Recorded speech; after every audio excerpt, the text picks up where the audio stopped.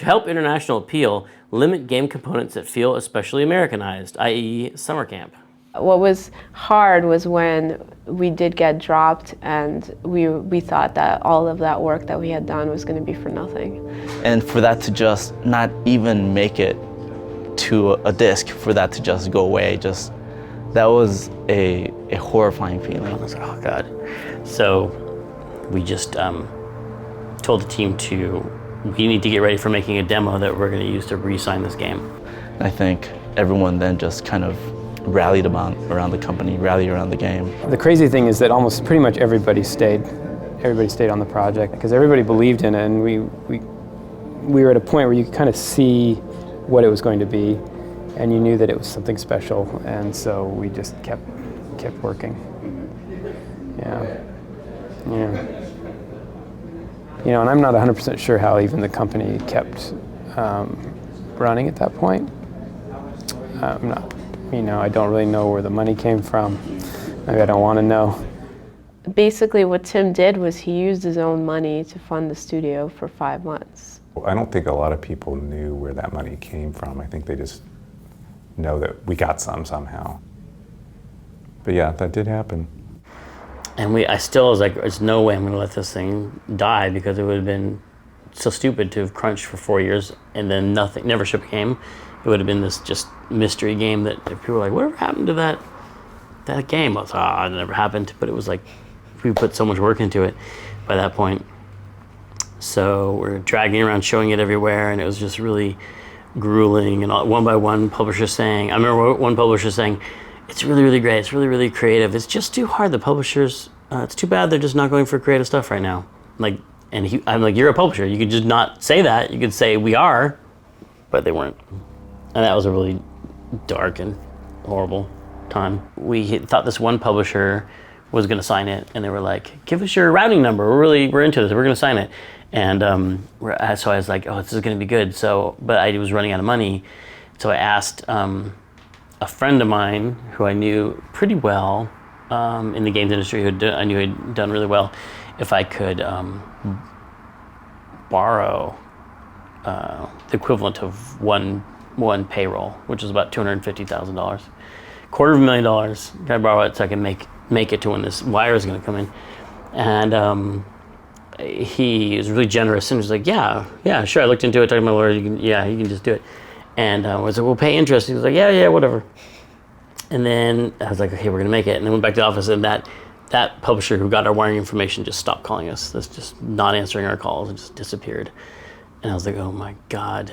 Like I personally owe this guy $250,000. Like, even though I could go bankrupt and not pay him back, it's because he was like a friend of mine. I would pretty much have to the rest of my life pay him back until it was paid back.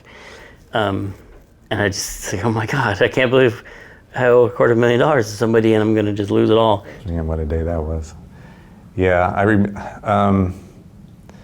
I just remember Tim called us all into our meeting room, our group, which was kind of back there at the time, and we knew something was going on because Tim's not real good at hiding his emotions. His voice can kind of tremble and his lip kind of goes like this. And so we knew something bad was going to happen. So, yeah. And I stood up in front of the company and said, Wednesday's your last paycheck.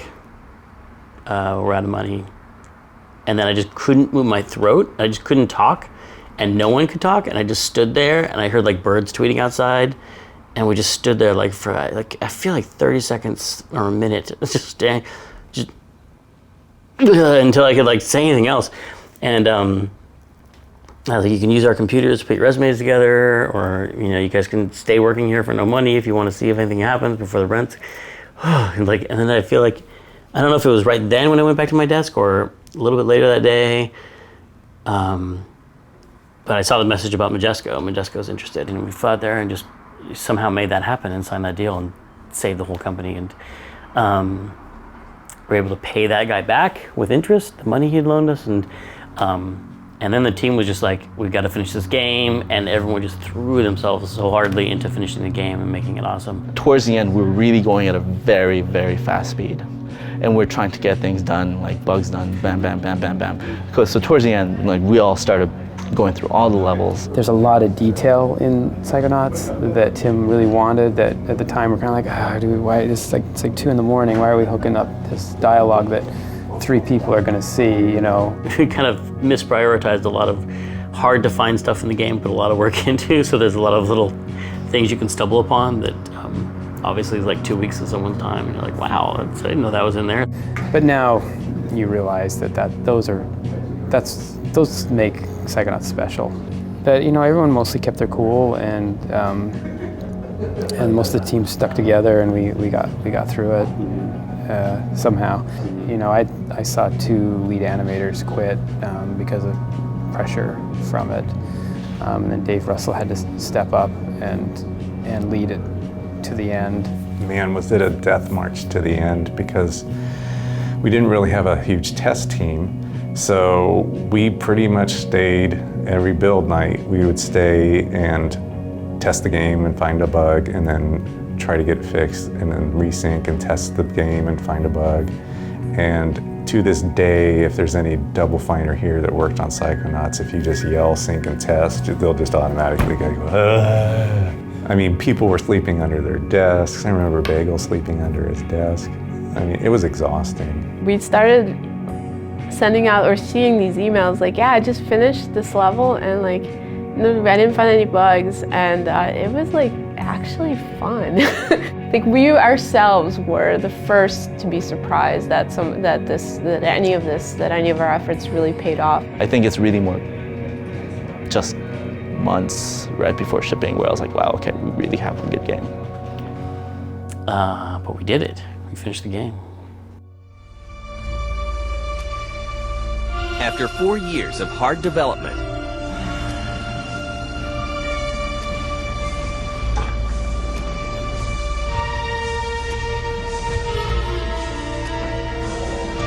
So here are the things we need to talk about. Mostly the fact that we are done. and they pull it off. Double Fine Productions finally wraps up Psychonauts on February 26, 2005. But I'm not going to make a huge speech because my hair is really puffy and I'm on TV.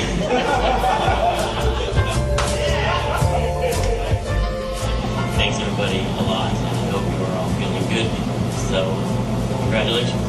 That's it. It's been like a roller coaster. It's been really great to see it turn into something that we really consider fun. I think largely at the studio, it was just sort of like a sigh of relief, like once it went out the door, and you didn't have that sort of long tail that you do nowadays, where it's like, okay, the game came out, time to start making DLC for it and all that other stuff. It was sort of like, all right, it's getting pressed to a disc, you know, we're done, that's it. I really did like how the game turned out. It wasn't in any way a perfect game, but I was really happy with it. Like, I thought that the things that it did well were the things that I really loved about games. And so I was like, I felt so proud of that, having been my first game, you know. Yeah, I wouldn't, you know, I worked a lot, but I wouldn't take that back. I think that was well done. Dude, I gotta say though, I mean, when it was over, I definitely didn't need to look at it at all after that. I was fine with not seeing it at all. And my mom was so excited, wanted us to play her Psychonauts game to help her get through it a little bit. And all of us sat in there, and Tim was playing it, and it was so quiet, because we were seeing so many bugs and so many things we wanted to fix with them. My mom's like, thanks for helping me out, and we were all, the whole time. Everybody was really happy the way it was received. And exploring the ins and outs of people's minds, all of which are just totally insane and fun to explore. And you're just gonna enjoy every minute of it. When we saw the reviews, we're like, yeah, you know, like the reviews were by and large pretty good. Like, they were really good, I think. I can't remember, but I think that they were excellent. I remember being really proud of it, but then thinking, like, why aren't more people buying it? And I think the team took that really hard too, because they, like I said, they put everything they had into it. At the time, it just felt like, oh, I wonder why this game didn't just take over the world because I worked so hard on it. I think a lot of it was just timing. I think the game took too long to come out. So Psychonauts launched in like May '05, and then I think the 360 came out like that Christmas. And there was just so much hype was like on the next gen stuff. This is my Xbox 360. It's here and it's on. It was a little bit tough to get people's attention, I think, that year. It would have been better to come out earlier. But I think that it was just that the tastes were changing overall, and there just wasn't as much room in the AAA space for a more like stylized platformer. Like it just wasn't kind of what people were looking for. We got all these ridiculous awards like best game no one played. I don't know if Tim is gonna like me saying this, but like he had a joke. It's like Anna should go tell him they're the nicest guy no one slept with.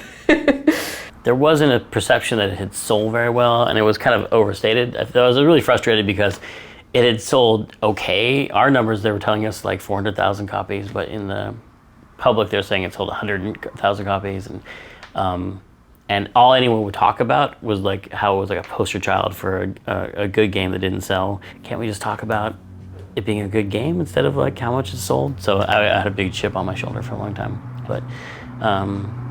I was really happy with the response that people who did play it had to it.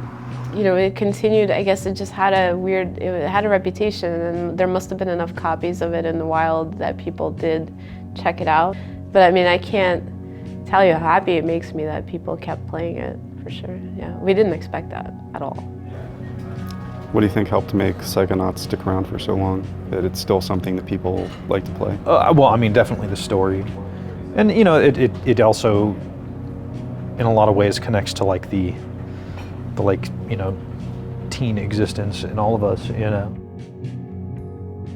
There were a couple of Psychonauts reviews that went up well after the game shipped that were just like some of my favorite to go over, because they captured the thing that, or they put into words the things that I kind of felt, but none of us could really express at the time. And it was about how we put so much of ourselves into the game. And it was really touching to read something like that from somebody who doesn't know any of us. I think once they put it up on Steam, they put like a special version up on Steam, and then I think they made some decent money off of that. And then when Humble Bundles started, they started including that in Humble Bundles, and they started, so there was this sort of resurgence. It holds up really well, and there aren't many games like it, you know, which is really cool. But still, like, I think you would be really happy if you bought that game now and you got it for free, or you're like, I didn't even know I owned this. You know, you check your Steam library and you're like, how did this get here? It's like, I don't know. People have found it, or they've heard about it, and they're like, oh yeah, I wanted to play that, so they bought it, and then they've told people, and they've told people. And I think that helps it, because when somebody's like, oh, I'm looking for something to play, be like, well, have you played Psychonauts? And they're like, no. And you're like, well, there you go. Check your Steam library. And so, that brings us to the end. It's nice that it's one of the games that people seem to have a really special fondness for, because I feel like it's a really good-natured game. So that idea that when you fight even a monster or even a really bad guy in the game, when you go into their brain, you find that they're just dealing with their own mental demons, and it's making them act in a way that appears to be crazy. But no one in Psychonauts is kind of irredeemable. They're all, when you go into their minds, you see they're just facing a lot of tough things, and you help them fight them, and help them kind of heal or overcome, and just get some control over their moods, or get a control over their outlook on life. So I feel like it's a positive spirited game, and so it's nice that people reacted to that. I think people just respond to all that stuff and want to see it again.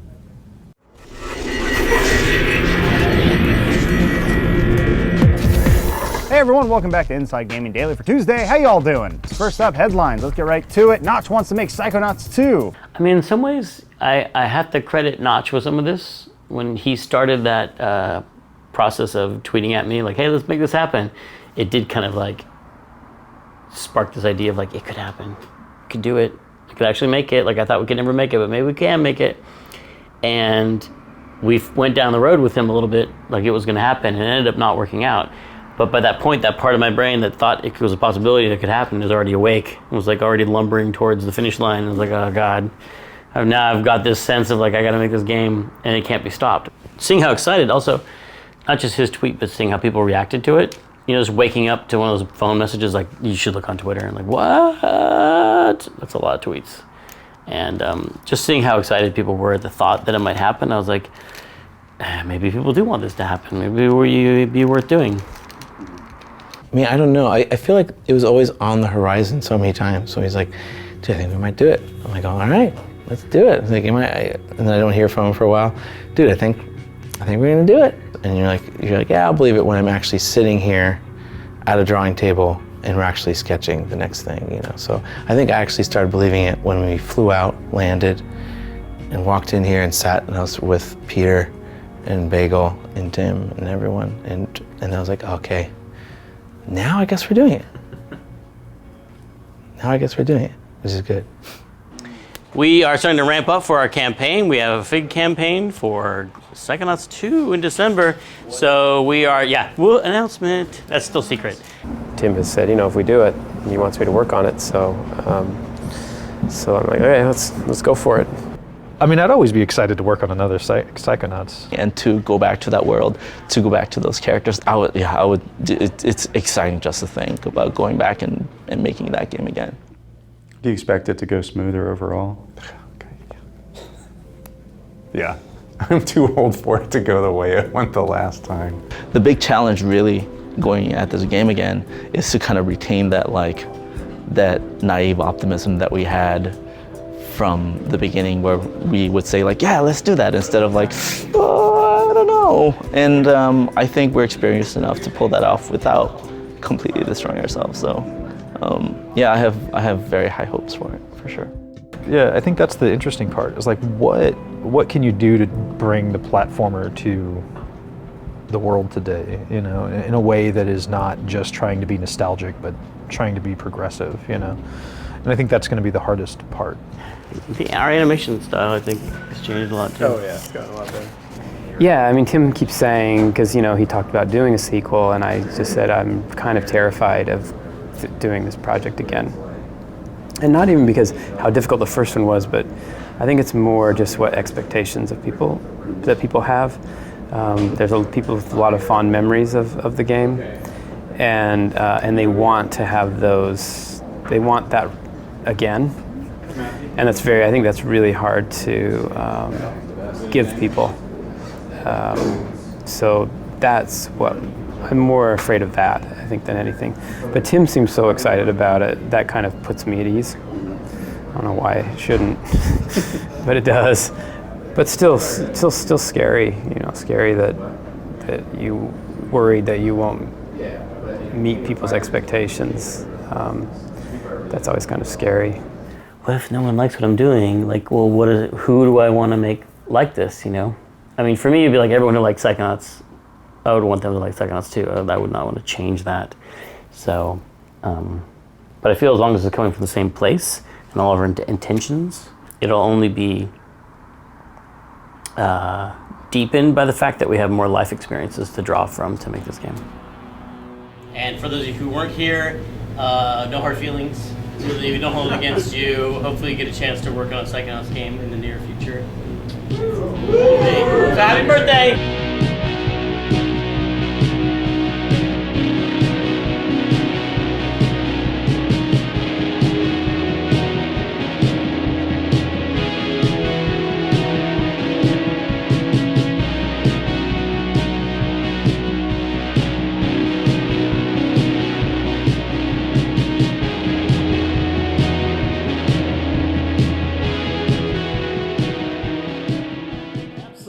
Definitely. She's so definite. This tape will never be used except for in the 20-year retrospective of our revolutionary company.